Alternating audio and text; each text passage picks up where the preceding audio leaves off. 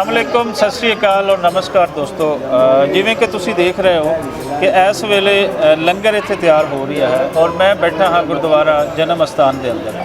तो लंगर तुहानू हर गुरुद्वारे के अंदर मिलेगा। तुसी जिथे भी जाओ गुरुद्वारा होएगा तो लंगर तुहानू उत्थे जरूर मिलेगा। लेकिन ये लंगर किवें बनता है इसका शायद बहुत घट लोगों को पता है। साडियां संगतां नूं तो पता होंदा है, सिख कम्यूनिटी नूं साडी नूं पता है, लेकिन जी मुस्लिम कम्यूनिटी है वो बहुत सारे लोगों को इसके बारे नहीं पता होगा। सो अज तुहानूं दसदे हाँ कि ये लंगर किवें बनता है, ये कौन बनाते हैं तो इनू खांदे कौन है। सत श्री अकाल भाजी। सत श्री अकाल जी। सत श्री अकाल। कित्थों आना होया जी? ਅਸੀਂ ਭਾਰਤ ਤੇ ਚੰਡੀਗੜ੍ਹ ਤੋਂ ਆਏ ਹਾਂ ਜੀ। ਤੇ ਮੋਹਾਲੀ ਜ਼ਿਲ੍ਹਾ ਪੈਂਦਾ ਸਰ। ਆਪਣਾ ਨਾਮ ਦੱਸੋ ਪਲੀਜ਼। ਨਾਮ ਹੈ ਸਾਡਾ ਗੁਰਮੁਖ ਸਿੰਘ ਜੀ। ਅੱਛਾ ਅੱਛਾ ਅੱਛਾ। ਤੇ ਇਹ ਦੱਸੋ ਜੀ ਕਿ ਇਹ ਲੰਗਰ ਜਿਹੜਾ ਹੈ ਇਹ ਫਿਰ ਕੋਈ ਪਹਿਲੇ ਡਿਊਟੀ ਲੱਗਦੀ ਹੈ ਕਿ ਲੰਗਰ ਕਿੰਨਾ ਨੇ ਬਣਾਉਣਾ?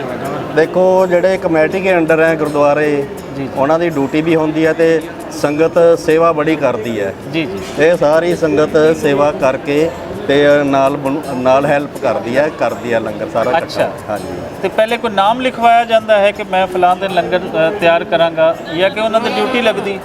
ਨਹੀਂ ਐਸੇ ਕੋਈ ਨਾਮ ਨਹੀਂ ਲਿਖਾਇਆ ਜਾਂਦਾ।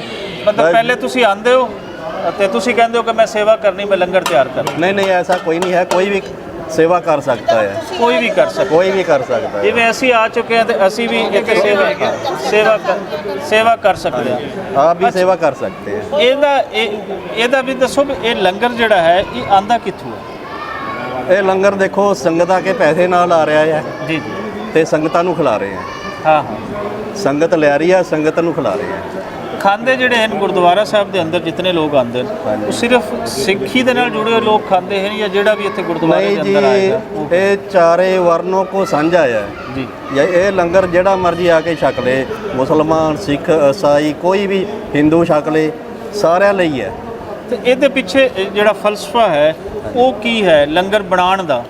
ਕਿਉਂ ਹਰ ਗੁਰਦੁਆਰੇ ਦੇ ਅੰਦਰ ਲੰਗਰ ਸਾਰਿਆਂ ਨੂੰ ਮੁਫਤ ਲੱਭਦਾ ਹੈ ਤੇ ਸਾਰੇ ਖਾਂਦੇ? ਇਹ ਦੇਖੋ ਜੀ, ਗੁਰੂ ਨਾਨਕ ਦੇਵ ਜੀ ਨੇ ਲੰਗਰ ਲਾਇਆ ਸੀਗਾ 20 ਰੁਪਏ ਦਾ ਜੀ, ਤੇ ਉਹੀ ਲੰਗਰ ਅੱਗੇ ਤੇ ਅੱਗਾ ਚੱਲਦਾ ਜਾ ਰਿਹਾ ਹੈ ਜੀ। ਇਹ ਲੰਗਰ ਜ਼ਰੂਰੀ ਹੈ, ਆਪਣੀ ਆਤਮਾ ਵਾਸਤੇ ਵੀ ਚੱਲਦਾ ਰਹੇ ਤੇ ਜੇ ਆਪਣਾ ਪੇਟ ਭਰਿਆ ਹੋਏਗਾ ਤਾਂ ਹੀ ਹੋਰ ਕੰਮ ਕਰ ਸਕेंगे ਨਾ।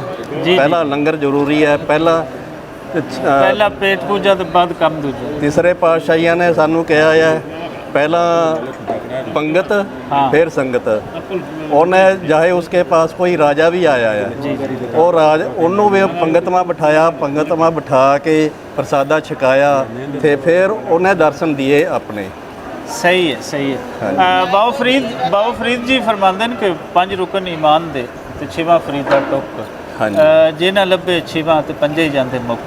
सो ਉਹਦਾ ਬੁਨਿਆਦੀ ਉਸ ਦਾ ਹੱਲ ਬਾਬਾ ਗੁਰੂ ਨਾਨਕ ਨੇ ਕੱਢਿਆ ਸੀ ਔਰ ਉਹ 20 ਰੁਪਏ ਦਾ ਲੰਗਰ ਜਿਹੜਾ ਉਹਨਾਂ ਨੇ ਜੋਗੀਆਂ ਸਾਧੂਆਂ ਨੂੰ ਖਵਾਇਆ ਸੀ।